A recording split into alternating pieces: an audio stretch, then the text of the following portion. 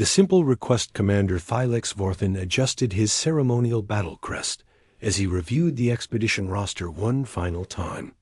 The Cryaxian military leader had overseen 17 successful planetary operations across 3 star systems, but Zarian Prime presented unique challenges. The planet's violent storm seasons, aggressive native wildlife, and unstable geological formations had already claimed 2 previous expeditions from other galactic powers. The transport ship Valdris hummed through hyperspace, carrying 43 personnel toward what the Galactic Strategic Council had designated as a critical forward observation point. Thylex needed to establish a functional military outpost that could operate independently for 3 months while monitoring enemy movement through the sector. Nothing elaborate, just basic shelter, communications, and defensive capability. Compound eyes focused on a single name that stood out among the predominantly Cryaxian roster. Captain Sarah Mitchell, human combat engineer, attached to the expedition through the new interspecies military exchange program. Thylex had never worked directly with a human before, though he had heard they were adequate soldiers, if somewhat unpredictable in their methods. Lieutenant Zeph Coron entered the command briefing room, his scaled hide bearing the deep purple markings of a senior aide. The young Cryaxian had been assigned to monitor the expedition's non-Cryaxian personnel, particularly the human, whose species remained largely mysterious to most of the galactic community. "Commander," Zeph reported with a formal salute. "The human engineer requests a preliminary meeting before planetfall. She wishes to review the construction specifications." Thylex nodded thoughtfully. Most alien engineers simply followed standard military protocols without question. Perhaps humans required additional guidance to understand proper procedures. Captain Sarah Mitchell entered the briefing room with a confidence that immediately caught Thylex's attention. Unlike the rigid postures typical of Cryaxian military bearing, the human moved with fluid efficiency, her dark eyes already scanning the holographic displays, showing Zarian Prime's surface conditions. She wore standard-issue combat gear, but carried additional equipment packs that seemed unusually comprehensive for a basic construction assignment. "Commander Vorthan," Sarah said with a respectful nod, "I've been reviewing the mission parameters, and I have some questions about the operational requirements." Thylex activated the central display, showing a 3-dimensional representation of their intended landing site. The location offered strategic advantages. Positioned on elevated terrain with clear sight lines across the surrounding valley. But the environment looked brutal. Jagged rock formations stretched toward a perpetually storm-laden sky, while seismic readings indicated frequent ground tremors. "The requirements are straightforward, Captain," Thylex explained, using his claw to highlight specific areas. "We need basic housing for the personnel, a communications center, and perimeter defenses sufficient to deter the native predators. Standard prefabricated military structures should suffice." Sarah studied the display intently, her expression growing more thoughtful as she absorbed the environmental data. "What about the seismic activity, sir?" "These readings suggest regular earthquakes measuring up to 6.2 on the standard scale. And the weather patterns show sustained winds exceeding 200 kilometers per hour during storm seasons." "The mission duration is only 3 months," Thylex replied. "Temporary structures designed to withstand normal environmental challenges should be adequate." A human engineer continued examining the data, zooming in on topographical details and cross-referencing meteorological projections. Her questions revealed a depth of analysis that surprised both Cryaxian officers. "What about the local wildlife threat assessment, Commander? I see references to pack hunters and something called tunnel crawlers in the preliminary surveys." Lieutenant Zeph consulted his datapad. Previous expeditions reported creatures roughly 3 meters in length, capable of basic tactical coordination. Nothing that standard defensive barriers cannot handle. Sarah nodded slowly, but Thylex noticed she was taking extensive notes on her personal device. Human thoroughness, he supposed, though it seemed excessive for such a straightforward assignment. "I'll need to conduct a full site survey upon landing before beginning construction," Sarah said. "The local materials analysis will determine what resources we can integrate into the basic structures." "Local materials?" Thylex questioned. "We have sufficient prefabricated components for standard military installations." "Of course, sir," Sarah replied, "but supplementing with local resources could provide additional stability and reduce our supply chain dependence." Standard military engineering practice. After Sarah departed, Lieutenant Zeff expressed his concerns to the commander. "She seems to be overcomplicating a simple construction project. Perhaps humans require more detailed specifications to prevent confusion." Thylex considered this. "Monitor her progress closely once we make planetfall. Ensure she understands we need functional basics, not elaborate installations." The landing on Zarian Prime proceeded without incident, though the planet immediately demonstrated why it had defeated previous colonization attempts. The moment the transport ship's ramps lowered, brutal winds carrying abrasive dust particles assaulted the expedition members. The ground beneath their feet trembled with constant low-level seismic activity, and the horizon showed continuous lightning from perpetual storm systems. Sarah immediately began what she called a comprehensive site assessment, moving across the designated construction area with instruments Thylex didn't recognize. While other expedition members established temporary shelters and began unpacking equipment, the human engineer spent hours examining rock formations, testing soil composition, and measuring wind patterns with obsessive detail. "Captain Mitchell," Thylex approached after watching her work for most of the first day, "when do you plan to begin the actual construction?" Sarah looked up from a device that was apparently analyzing the chemical composition of local stone deposits. "I'm starting tomorrow morning, Commander, but I wanted to understand exactly what we're working with first. This bedrock is actually perfect for what we need." "What we need is basic shelter," Thylex reminded her. "The standard prefab modules can be assembled in 2 days." "Absolutely, sir," Sarah agreed, though I noticed the seismic data was actually understated in the preliminary reports. "We're looking at potential 7.0 magnitude events during the seasonal transitions. I'll need to adjust the foundation specifications accordingly." The next morning, Thylex discovered that Sarah's idea of adjusted foundation specifications differed significantly from his expectations. Instead of simply clearing ground for prefabricated base plates, the human had begun excavating what appeared to be a massive construction project. Using both mechanical equipment and some kind of controlled explosive technique, she was carving deep channels into the bedrock itself. Lieutenant Zeff hurried to report the situation. "Commander, the human has excavated a foundation that extends 3 meters below the surface level. The scope appears far beyond requirements for temporary installation."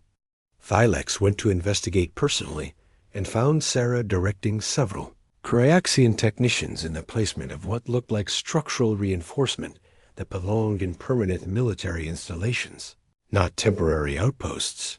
"Captain, this appears excessive for our needs," Thylex observed, watching as Sarah supervised the installation of anchor points driven deep into the planetary bedrock. Sarah wiped sweat from her forehead, leaving a streak of dust across her face. "Just ensuring adequate stability, Commander. With the seismic activity and weather patterns, surface-level construction would be vulnerable to structural failure. This foundation will distribute stress loads effectively across the rock formation. But our mission is only 3 months in duration." Asterisk, "Yes, sir," Sarah nodded. "But if something unexpected happens, you want the structure to hold together, right? This won't take much longer than standard construction once the foundation is properly prepared." As the days progressed, Thylex began to suspect that Sarah's definition of basic shelter differed fundamentally from standard military specifications. What had started as foundation work for simple housing had evolved into something resembling the early stages of a fortress. Construction project. The walls rising from Sarah's elaborate foundation were constructed using locally quarried stone. Blocks precisely cut and fitted together with engineering tolerances that exceeded most permanent installations. Each block was tested for load-bearing capacity and thermal expansion properties before placement. Captain, Thylex confronted her on the 5th day, watching as she directed the installation of what appeared to be a sophisticated drainage system. I specifically requested basic accommodations. This construction project has expanded far beyond mission requirements. Sarah paused in her review of structural blueprints that seemed to have grown considerably more complex since their original meeting. I understand your concern, Commander, but I'm just following standard human military engineering protocols. When you build something in a hostile environment, you build it to last. But we are not building a permanent installation. No, sir, Sarah agreed, but you never know what might happen. Better to have capability you don't need than to need capability you don't have. Lieutenant Zeph whispered urgently to Thylex.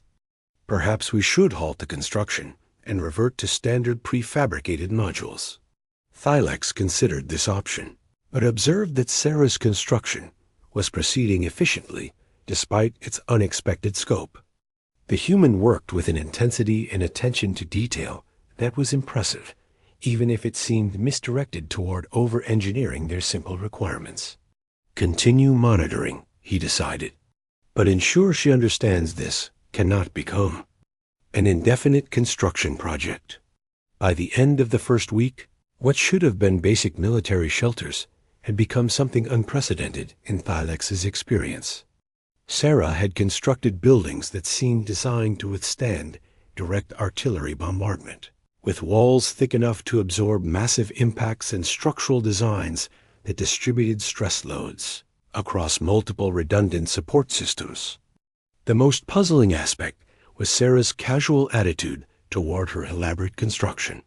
When questioned about specific features, she consistently described them as standard precautions or basic safety measures, as if constructing fortress-level installations was normal procedure for temporary military outposts.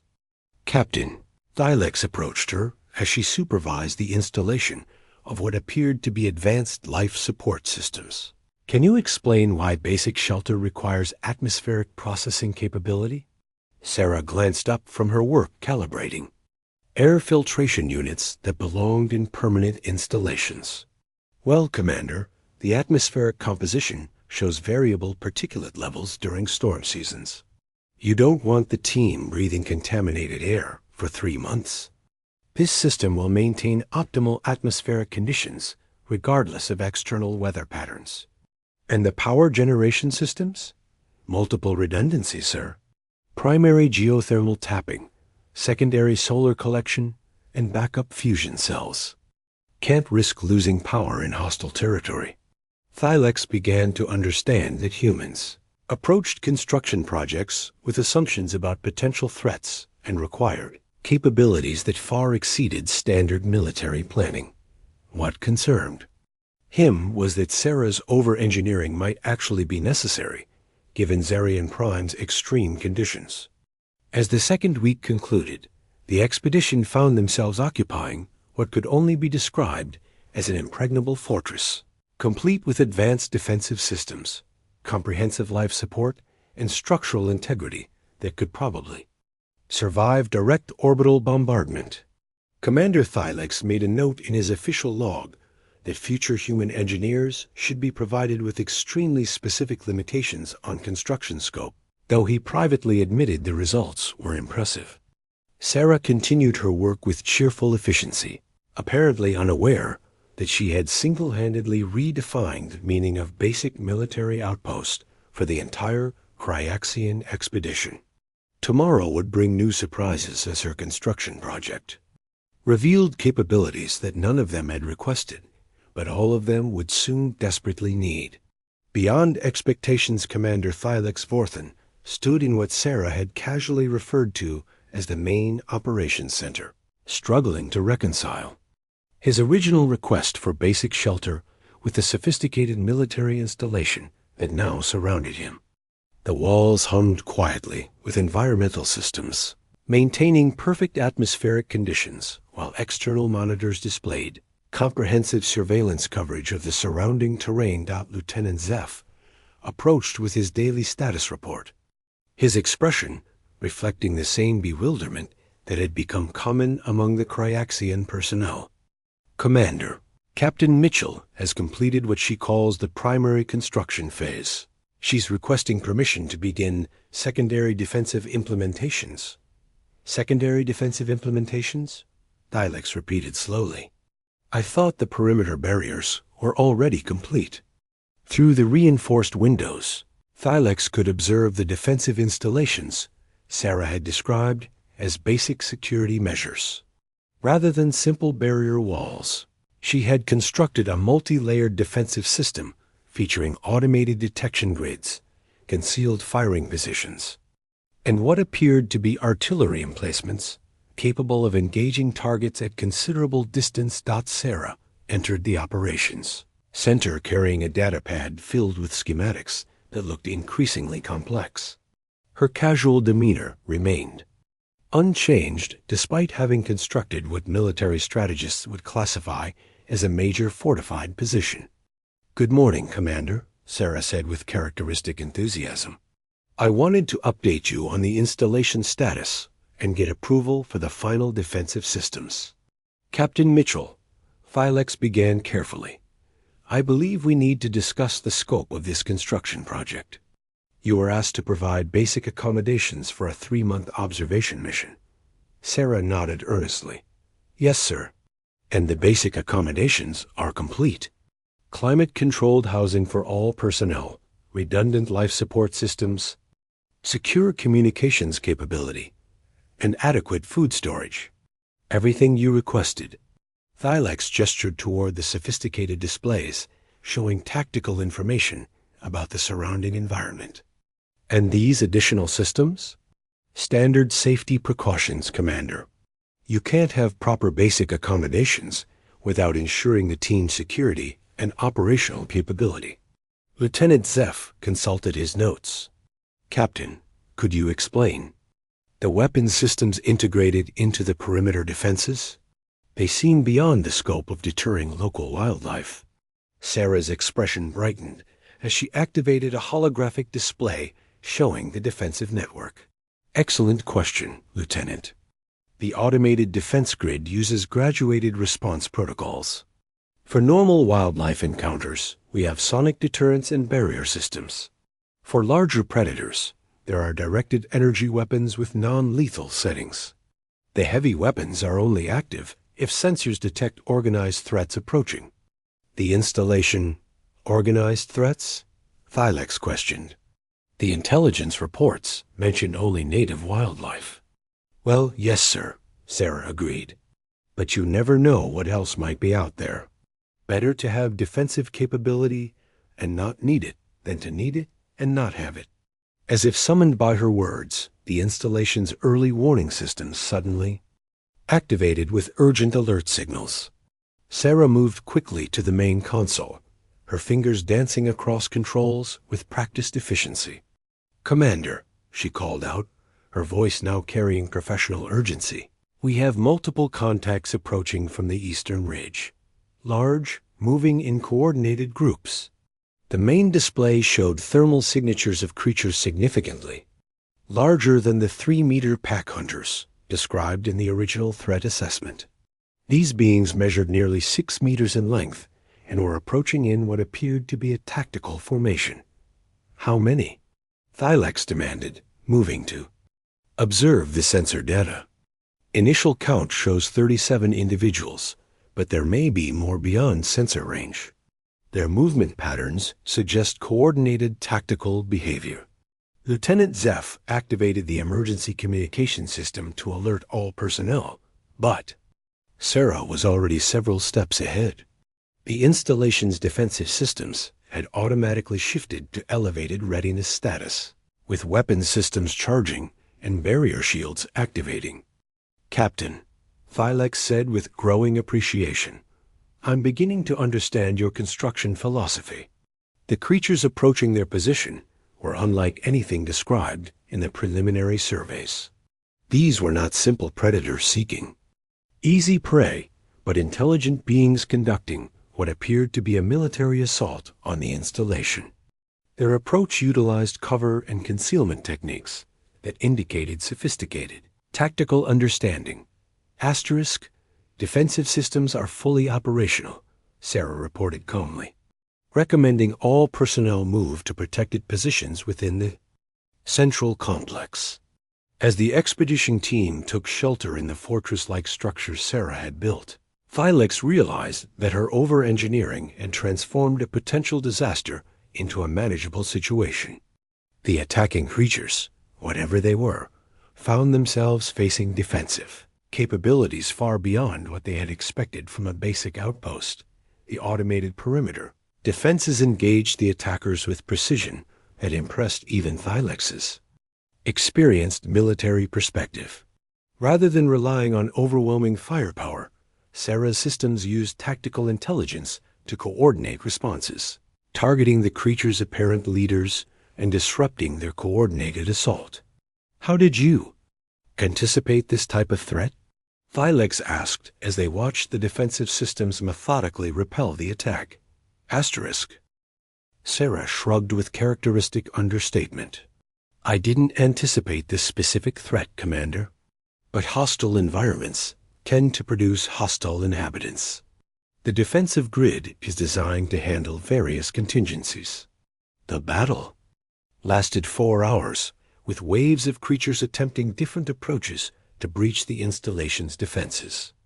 Each assault was met with appropriate countermeasures, from sonic weapons that disrupted their coordination to directed energy systems that created impassable barrier zones.